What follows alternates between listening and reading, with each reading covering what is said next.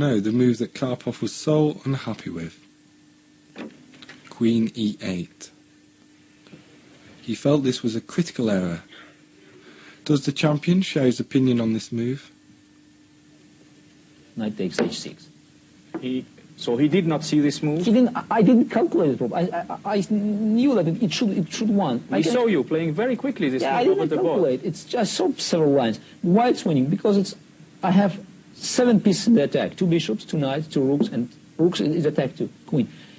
He has some pieces protected. Okay, rook, 2 pawns, and bishop, and maybe queen. Okay, we can change, you know. It's an equal change. I change 1 attacking piece for 1 defensive piece, but I have enough pieces to make him. So, let's have a look. Knight takes. h6, he played c3, you know. And now, why didn't he take? Okay, if he takes here, it's very nice. I took knight takes d6. Now I can show you many good, interesting lines. Number 1, if he's trying to escape with his queen d7. Then I played queen g4. Queens. If he takes here, then bishop takes g7, mate. So bishop takes, queen takes. This is mate. Mate, yes. If he takes your queen with now. the rook, wait, so then check. And he cannot because check, and this is pinned. The pawn is pinned, and the king g8 is a mate in several moves. Bishop h7, bishop g6, and queen h7 mate. If he takes my queen, then it's a very nice combination. Check, the only move. Check, check. King f7, bishop g6, check. King g8, the only moves. Bishop f5, bishop e6, king g8, bishop takes e5, check, and bishop takes b7. And so you have a nice investment, which is a rook up. After this combination. Yes, and but it's not the end of the story. Actually, this line I saw at the board, but some other I found after. It proved that I was right. You know, in this position he could go queen h5. Here I played rook g5. You cannot take here because knight f7 check and take the queen. If you take here, it's interesting, you know. Knight check, king h8, rook takes d1 and c3. And it looks very good for black because it's now the pawn is closed, bishop is hanging, c2 is threatening, but suddenly knight f7 check, king g8, bishop g6, c takes b2, rook h5. And there is no defense. Wonderful. It's a mate, again mate. It's wonderful. It's mate again. So you had the feeling for this position? The feeling, yes. And final, I can show you the final. If he sacrificed queen, I mean, just in this position. If he sacrificed queen by playing queen takes e1, rook takes d6.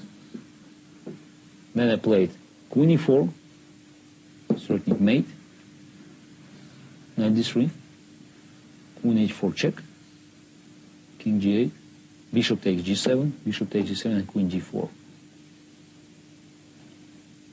And no defense. The rook cannot defend because queen takes. Queen takes, and that's all. And this is over. All the pieces are disconnected. Yes, absolutely. And I don't mean Karpov saw it, but he felt that this is bad. He didn't take my knight. He was confident in your calculations or in your feeling. Maybe my feelings. He was just confident. He tried to close this bishop, you know. It's fine, but now this bishop is very strong. So first of all, you gave one piece. Now you're sacrificing another piece. Yeah, another piece. Okay, he killed this bishop, but this bishop now he cannot close it anymore. And he gave you some tempi, which is important in chess. Yes, absolutely. And I still have 6 pieces.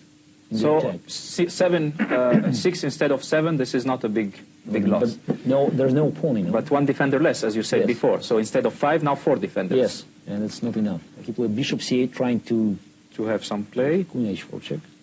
If he goes king g8, then simply king h2 and no defense on knight g5. Knight g5 and then queen h7. And mate. Yes. Mate. He's trying to stop me. Rook h6, take, king h2.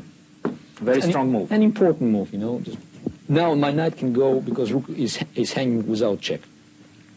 Queen e5, knight g5, king f6, rook e8. Now I have only 5 pieces in attack, but you know, just 3 defenders left. And it's just 5 very powerful. So it was 7-5, 6-4, and now 5-3. 5-3, yes. 5-3, yes. And so anyway, still the proportion is still very difficult. But 5-3 is much more dangerous than 7-5. You know? And for instance, any move, if bishop b7 here, then it says I have the same combination, but mate. Immediately. Immediately. He made the only move just to avoid the mate in 3, but anyway, it's here I play this very nice move. Queen takes h6. This is fantastic, because in a world championship, it is very unusual to have queen sacrifices. Yes, queen sacrifices. Yes, this is true. Queen takes h6, knight f7 check. Queen g6, and here it's unforgivable mistake. You know, you should take with the rook.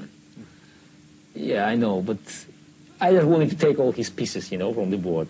Because after rook takes g6, it's a mate. You would mate him just by removing the rook next move. Yes, this is true. Knight e7, then I took on e7, bishop takes e7, and rook g. And rook mate. Here, checkmate, because no square for the king, and it is mated with the bishop. Yeah, unfortunately, this bishop could... Okay, I took with his queen with the bishop. And I think the rest is just... Okay, I have an extra rook again. We are now about to witness the magic of Garry Kasparrov.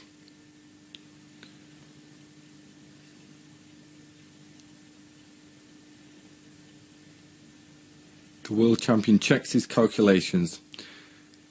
It's really important to be accurate at a time like this.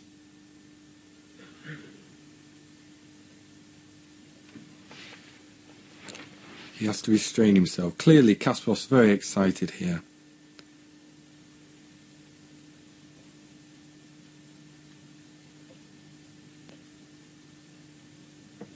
One last check.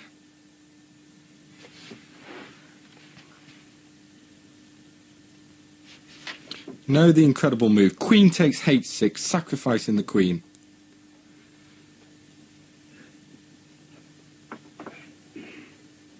The time control's reached, and Kasparrov lends Karpov his score sheet to copy up.